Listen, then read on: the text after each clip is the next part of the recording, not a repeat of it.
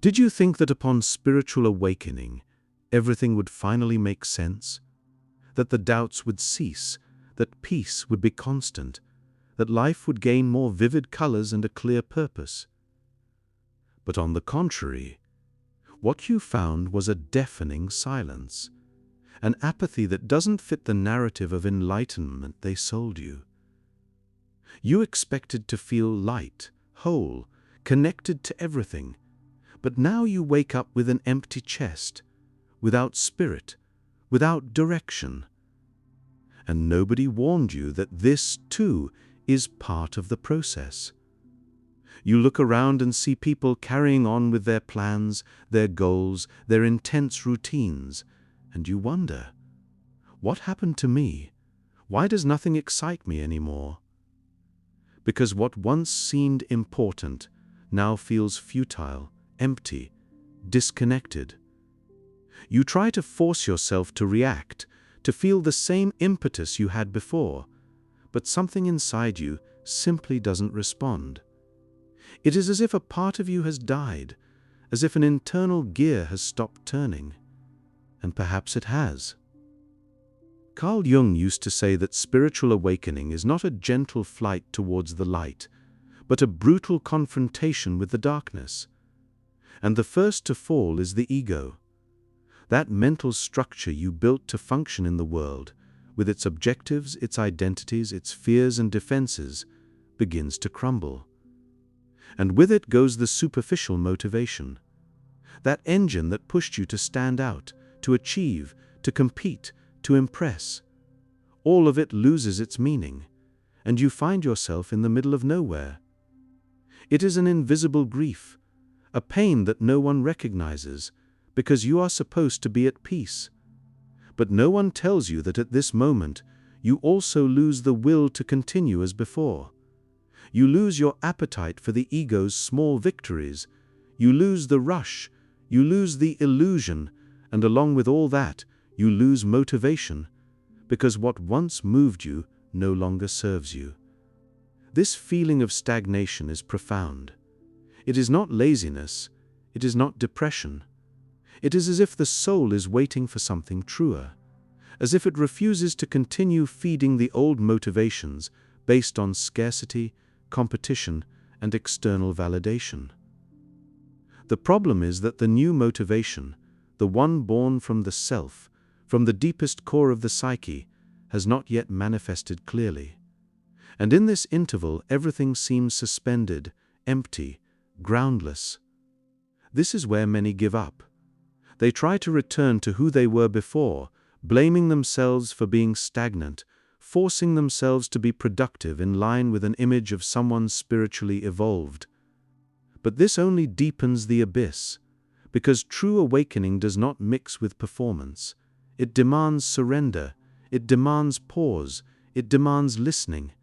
It demands a kind of presence that can only be reached by crossing this internal desert. You are in transition, a deep passage between the old self that has collapsed and a new identity that is still forming. What paralyzes you is not weakness, it is the absence of a reference point.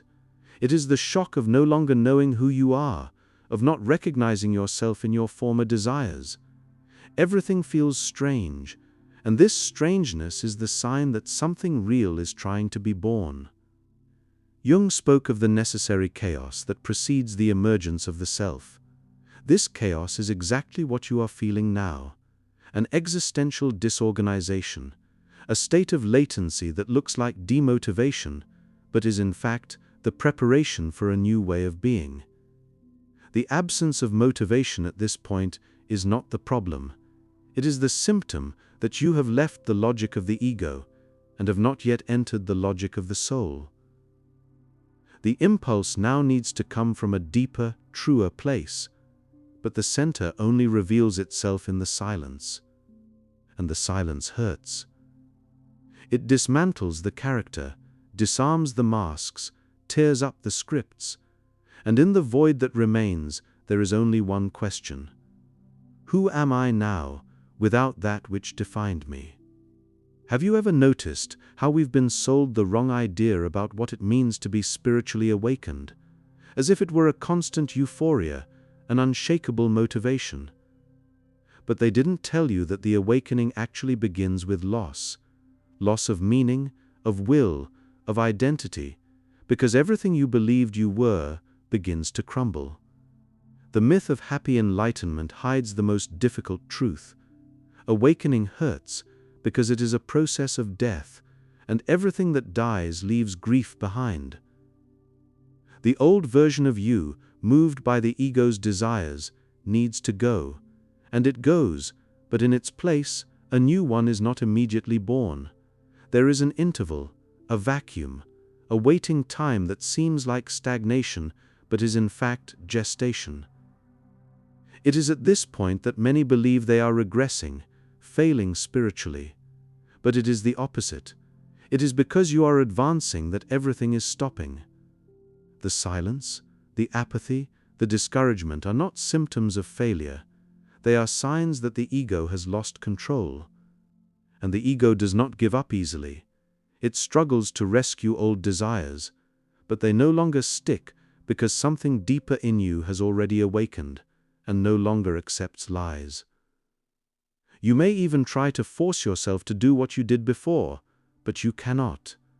It is not just demotivation, it is a repulsion for everything that no longer represents you. It is a weariness that comes from the soul, not the body. This is the ego dying. It is the forced surrender to a time that does not obey the logic of productivity. It is the soul saying, "Stop, wait, listen, there is something being built, but it is not yet visible." Jung said that the soul sickens when it is not heard. Perhaps your previous motivation was an attempt to silence this soul. Now, without the ego in command, what emerges is the void. And the void is fertile, but it is not comfortable. It is in this void that the new can finally be born with truth. You are being disconnected from the false motivation to be reconnected to the authentic impulse. Not a loud, accelerated impulse, but a quiet, firm, internal call. This call needs listening, surrender, humility. The myth of constant spiritual motivation must die along with the ego. True spirituality is not a state of euphoria, it is presence. It is recognizing that the wisest movement is sometimes the pause. It is in this silence that you begin to hear what you previously ignored, and when the soul finally speaks, it does not shout, it whispers, it leads you back inside. In this return, a new motivation begins to be born, not as an obligation, but as a response, not as effort, but as direction. Because the self, unlike the ego, does not force, it attracts, it calls. And when you listen, you begin to move again, but this time with truth. The ego's motivation is predictable. It needs applause, results, comparison. When the ego dies, this logic loses its power. And the void that settles in is not an absence of life, it is an absence of lies. Now, standing on a bare stage, without a mask, without a script, you must learn to be again, not from an external will, but from an internal truth. And this truth, in the beginning, has no words, only silence. It is at this point that many confuse awakening with depression, because the symptoms are similar: apathy, lack of desire, isolation. But there is a crucial difference. In depression there is a collapse of meaning.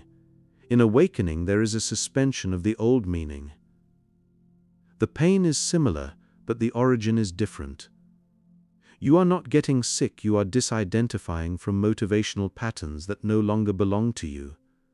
Jung called this process the dark night of the soul, a period where everything solid dissolves. But it is in this darkness that something new begins to form, something born of integrity, not approval. But for this new motivation to emerge, you must endure the silence.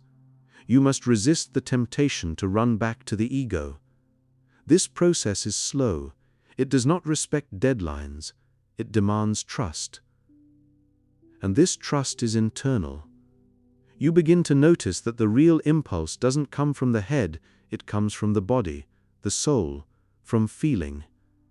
It is subtle, but true. And when it arrives, it comes as a calm yes, a serene will without anxiety, a call that doesn't pressure, but invites. You may take time to recognize this new form of motivation because it is the opposite of what you were taught. It does not demand or shout, it waits for you to be whole. And when this internal state stabilizes, movement returns. But it returns as expression, not obligation, as flow, not resistance. The absence of motivation, therefore, is not an end. It is a sacred interval. It is the space where the old dissolves and the new has not yet arrived. And this interval must be respected, because it is where the ego dies with dignity. And only when the ego accepts its death can the self be born.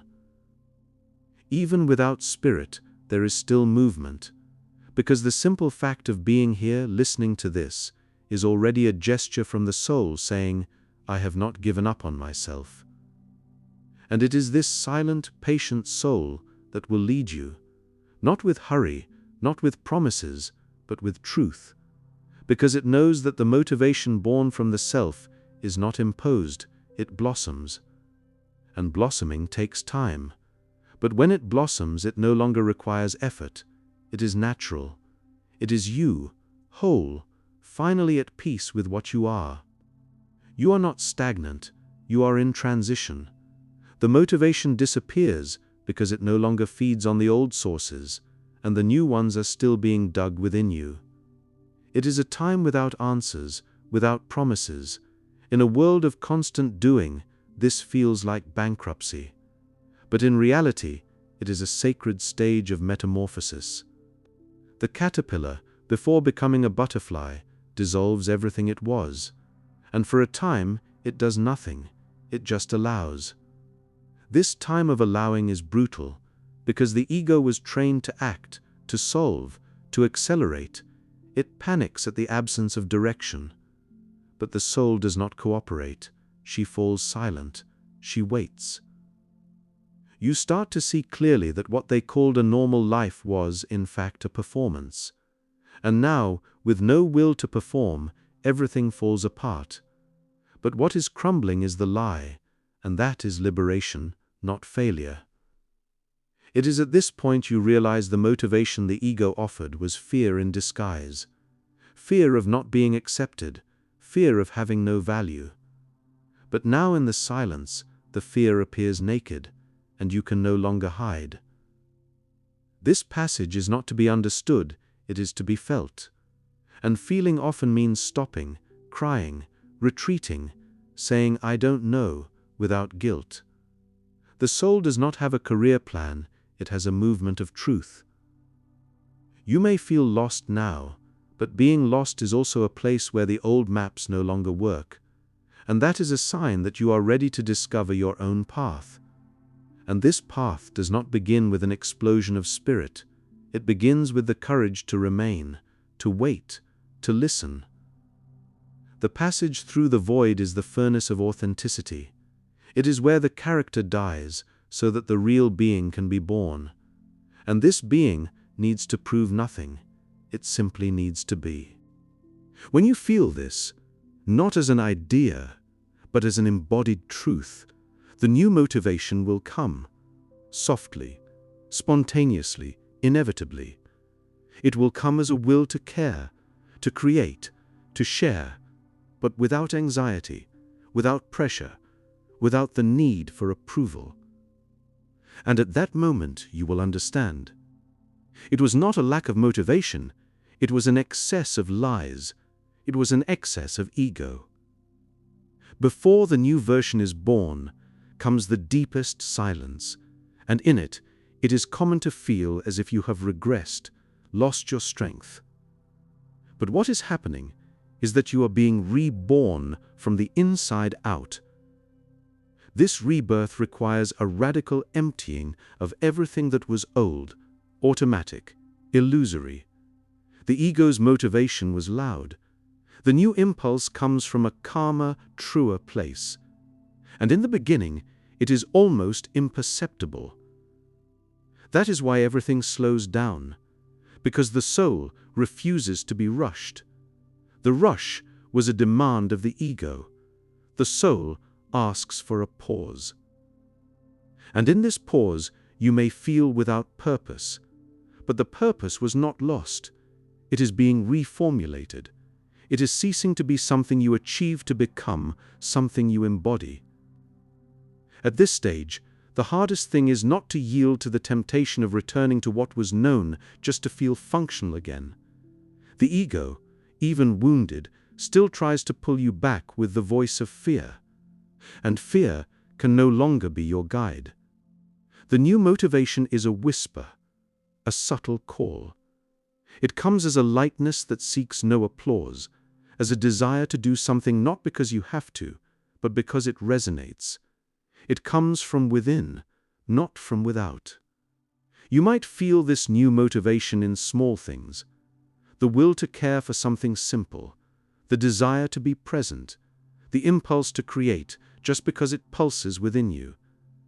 These are the first steps. They seem timid, but they are real. They are seeds. This is the moment when you must trust the process, not the old ideas of productivity, but the wisdom of your body, your soul, your own timing. You are returning to yourself. And this return is silent, internal, profound. Jung spoke of the union between ego and self. The ego learns to serve the self, and the self does not impose, it guides with gentleness. When this alignment begins, you start to move again, but in a new way, a way that does not drain, that does not force. You start to say no without guilt, to choose without rush, to do less but with more presence. You realize that the value of your existence is not in the quantity of things you accomplish, but in the quality of who you are while you live. This change is silent, but it changes everything, because now every step is taken towards yourself, not away from yourself. This new motivation will not set you on fire.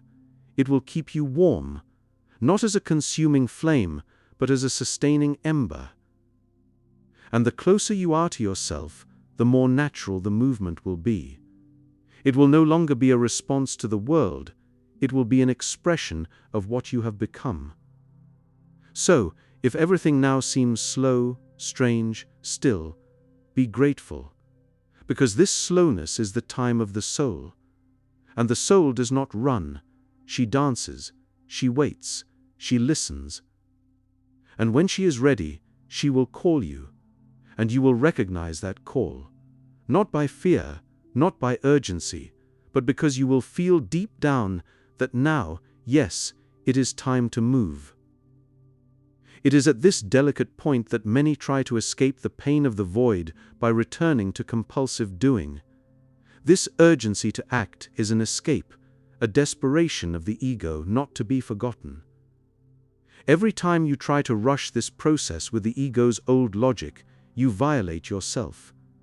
The true cure requires that you resist the temptation of doing for the sake of doing. There is a type of productivity that is just anesthesia, serving to muffle the cry of the soul. The soul does not want you to do something just to feel useful. She wants you to become whole before you start moving again. There is a beauty in temporary uselessness, a silent power in not knowing what to do. Because in this space, the soul has a chance to speak. She whispers when you stop trying to appear, when you surrender to the now as it is. And it is in this now that the true will begins to sprout. Not the will to be someone, but to simply be. This state of being is in itself revolutionary. The world taught you that value is in the result, but the awakening teaches you that value is in coherence, and being coherent with yourself requires silence, not performance. This is where you differentiate action from agitation. The ego gets agitated, the soul acts. The ego wants to impress, the soul wants to express. The ego is concerned with the gaze of the other. The soul is committed to your own truth. And this difference changes everything. Now, when you move, it is no longer to assert yourself, it is to be whole. And this movement is slower, but it is denser. It lasts, it nourishes, it heals. And the truth, it never arrives running. It arrives when you finally stop fleeing. The silence, with time, ceases to be an absence. It becomes a fertile field where the voices of the world no longer reach. In this stage, you experience a kind of listening that the ego never permitted. You begin to identify what nourishes you and what drains you. This change in perception is your soul reorganizing itself. It is the self, as Jung said, taking the ego's place at the center of the psyche. The self does not move out of fear, it moves out of coherence. It wants wholeness, not performance. And the more you listen to this internal movement, the more you notice the external world starting to respond differently. People who vibrate on the same frequency begin to approach. Opportunities that resonate with your new vibration begin to appear. This is not magic, it is coherence. But this attunement requires maintenance. It is necessary to sustain this new consciousness in daily life. And this is perhaps the greatest challenge. Not to betray yourself for fear of being strange, slow, different, because now you know. Every time you force a yes that your body screams no, something in you sickens. Every time you silence a truth to please, the soul retracts. Staying true to what you heard in the silence requires courage, because the world will continue to operate on the old logic, but you no longer fit in there. And every attempt to fit back in will be painful, because now you feel you can no longer force yourself. In this new way of existing, motivation comes when you are whole, when what you feel, think, say, and do are aligned. This completely changes the rhythm of life, because you no longer run, you walk. And you walk with confidence, trusting that the soul knows the way, even when the mind does not understand. Life may not seem grandiose on the outside, but it becomes grandiose on the inside, because it is lived with presence, with surrender, with truth. This process is continuous. Awakening is not an event, it is a practice. It is waking up to yourself every day. It is checking at every step. Is this still mine? Does this still make sense? And if the answer is no, you let go. Not out of arrogance, but out of fidelity, because you have learned that your soul is worth more than any achievement, that your peace is worth more than any role, that your wholeness is worth more than any applause. And it is in this state of internal fidelity that the new motivation blossoms. It does not shout, it does not demand, it invites. And when you accept the invitation, life begins to happen from the inside out, not as a script to be followed, but as a dance to be felt. And in this dance, every step is guided not by the mind, but by the soul. And the soul is now no longer in silence, she is in communion with you. The will to live returns, yes, but it returns with another language. It returns with calm. It returns without the fear of not being enough. And this new way of being in the world is disconcerting for those who knew you before. Because now you no longer run for applause. You no longer respond to the urgency of the other. You respect the cycles, and this scares those who still live in the logic of the ego. But it does not matter, because now what guides you is not the gaze from outside, it is the call from within. This call will continue to deepen, and sometimes it will fall silent again, because the process is not linear, it is spiral. This is not a sign of relapse, it is a sign of refinement. It is the self teaching you to live with it, not for it. It wants to express itself through you. And when this happens, everything becomes lighter, even what is heavy. Because there is coherence, there is meaning, there is soul in every gesture. You no longer live on autopilot. You no longer betray yourself to belong. And this in itself is a miracle.